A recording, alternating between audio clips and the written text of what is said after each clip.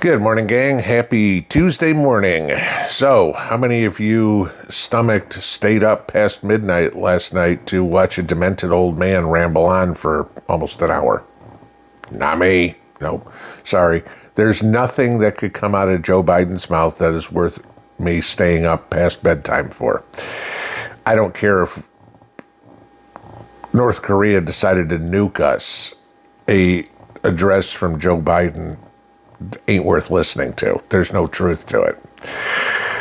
But if you want to take a look at day one of the Democratic National Convention, to call it a train wreck would be a huge compliment.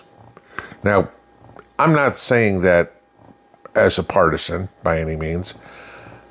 Democrats are probably going to come out today and say, yesterday was a train wreck.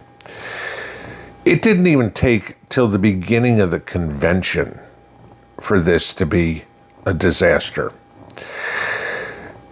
You had the party platform released yesterday, okay? You know, Agenda Communist Manifesto. I gotta say, this is how lazy the Harris campaign is. Now, you want to look at this. You know, Kamala Harris has never worked for anything in her life. Okay, you know, if she couldn't perform sexual favors to somebody to get something she wanted, she didn't get it. Okay, she's never earned anything in her life. She's never accomplished anything in her life. Hell, she couldn't be bothered to go through the efforts to have her own children. Okay, but the platform came out yesterday, and the Harris campaign, even though now being the official nominee for a month, couldn't be bothered to even proofread the thing. Okay, you read the platform, and all through it, it mentions the Biden-Harris administration and a second Biden term. They couldn't even bother to go through and change it to the Harris wall. I mean, not even change the platform. Change the words in it to the Harris-Walz administration or the Harris-Walz campaign or Kamala Harris's first term. They didn't even mention her first name once. The only time she was ever mentioned in the whole platform was Biden-Harris or Vice President Harris. Nothing whatsoever about it being her platform, okay? Because she doesn't know anything in it. God forbid somebody question her on it. Oh, question her on it? Well, we can't do that. The Harris campaign announced yesterday that they have rejected the first debate on September 4th at Fox News. Fox probably told them enough times that, no, we're not going to provide you the questions ahead of time, and we're not going to cheat for you. And the Harris campaign said, well, fine, then we're just going to do it on ABC. That's it, you know, because Donna Brazile will make sure we get all the questions, just like she gave them to Hillary Clinton. Oh, should we go on to Hillary Clinton? Yeah, we could talk about her and the whole complaining about Trump being an illegitimate president and how she should have been the president in 2016. Oh, I don't know, Hillary, 8 years ago, and you're still an election denier? Oh, okay, got it. You know, all the chants of lock him up. Okay, yeah, let's see. Trump's crimes weren't committed. Yours, you covered up. And we don't even know how many people you had murdered. Okay. Yeah, because, you know, suicides always happen. People always shoot themselves in the back of the head twice. Right, Hillary? Okay. So then you finally got to the pre-convention deal. And the very first thing that the administration came out and did yesterday was said that the United States is an illegitimate country that was built on stolen land. This was how they started out. The very first thing they did was say the United States was illegitimate. I don't know, we've been around for 250 years. Let's see. Let's take a look at the borders of Europe. I don't know, in the last 250 years. Let's take a look at the borders of Europe in the last 100 years. Can somebody on the map of Europe please point out the Ottoman Empire to me? Or Yugoslavia? I don't know. How about the Soviet Union? East Germany? Please tell me where those countries are, because those were on the map less than 100 years ago. But we're illegitimate. Well, if the country's illegitimate, why do you want to control an illegitimate area? Oh, well, we want to form a new country that we absorb Mexico, maybe Canada into, and hell, we don't need borders, right? We'll just be one big happy family. We'll go with joy.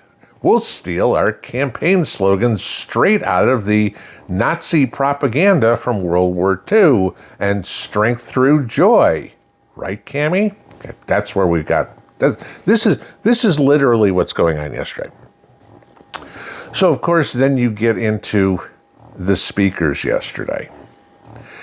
And you could start out with, I don't know, Raphael Warnock, who got up spreading vitriol like crazy after they were talking about joy, joy, joy, joy.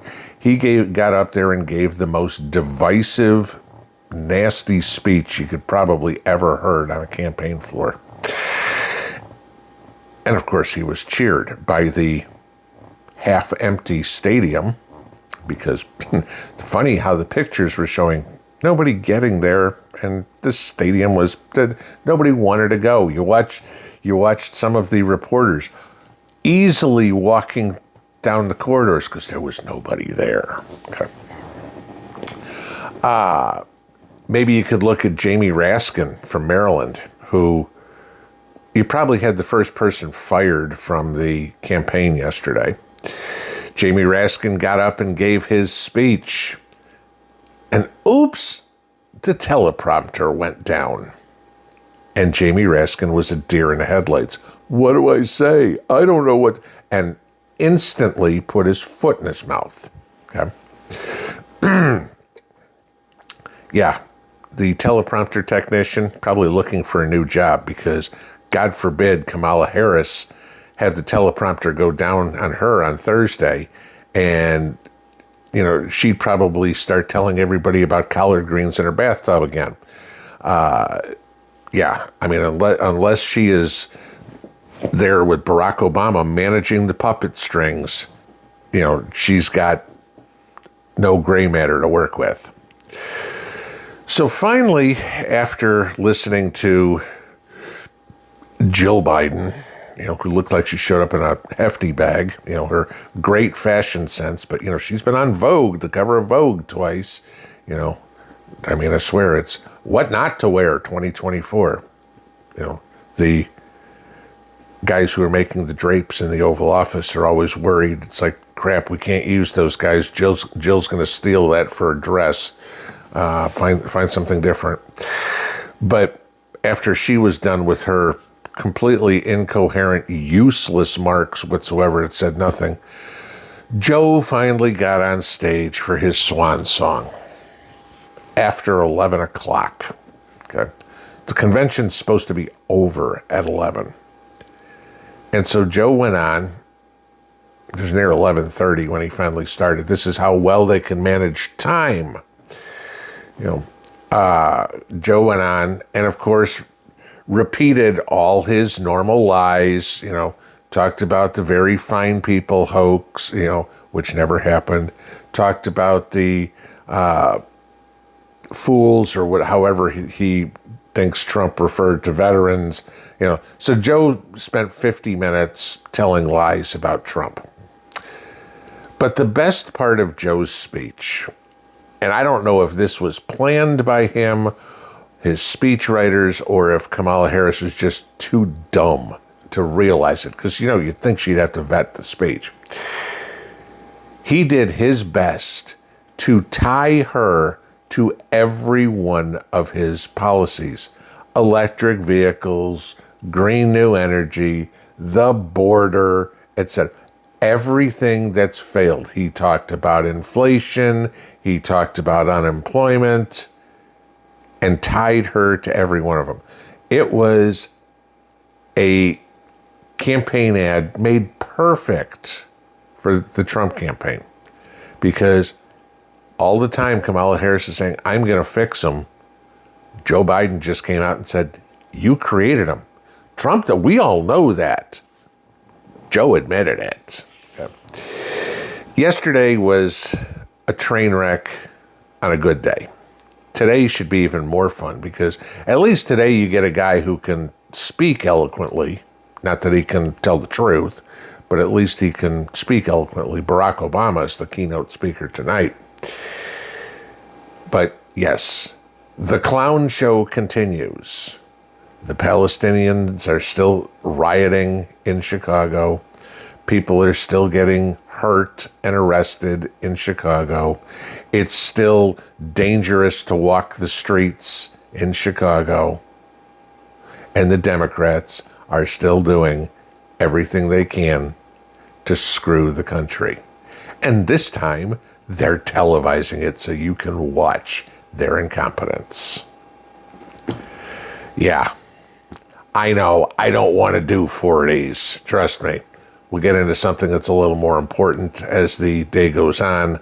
But I figured for all those of you who did not want to bother watching the Democrat convention, because God knows I didn't, okay, that's what happened yesterday.